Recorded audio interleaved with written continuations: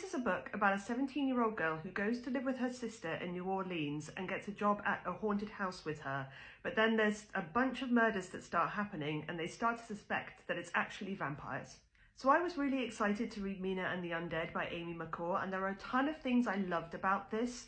It's full of vampire references, so if you like Buffy and Interview with the Vampire and pretty much everything else, Dracula, then there's just references galore in this. It's like a really nerdy fun time.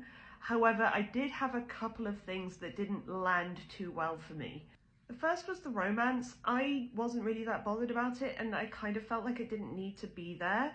And that seems like a strange thing to say because almost all vampire stuff that I've read has a romance, but I just felt like it detracted from the rest of the story and didn't need to be there. The second thing is that I put this down quite a lot when I read it. It took me a long time to get through it, and I think it was because the mystery wasn't grabbing me, because we kept meeting new side characters and then things would happen and then we'd move on, and those side characters, their relevance wouldn't come until much later. And so because I was putting it down, I kept forgetting who was important because we'd met so many people.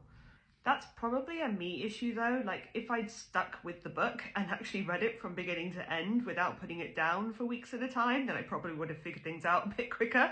Overall though, this is really fun. It's great for vampire fans, even just for the experience of spotting the references, which is great. And I'm definitely going to read the next one. I'm just hoping that things are a little bit snappier and they come together a little easier.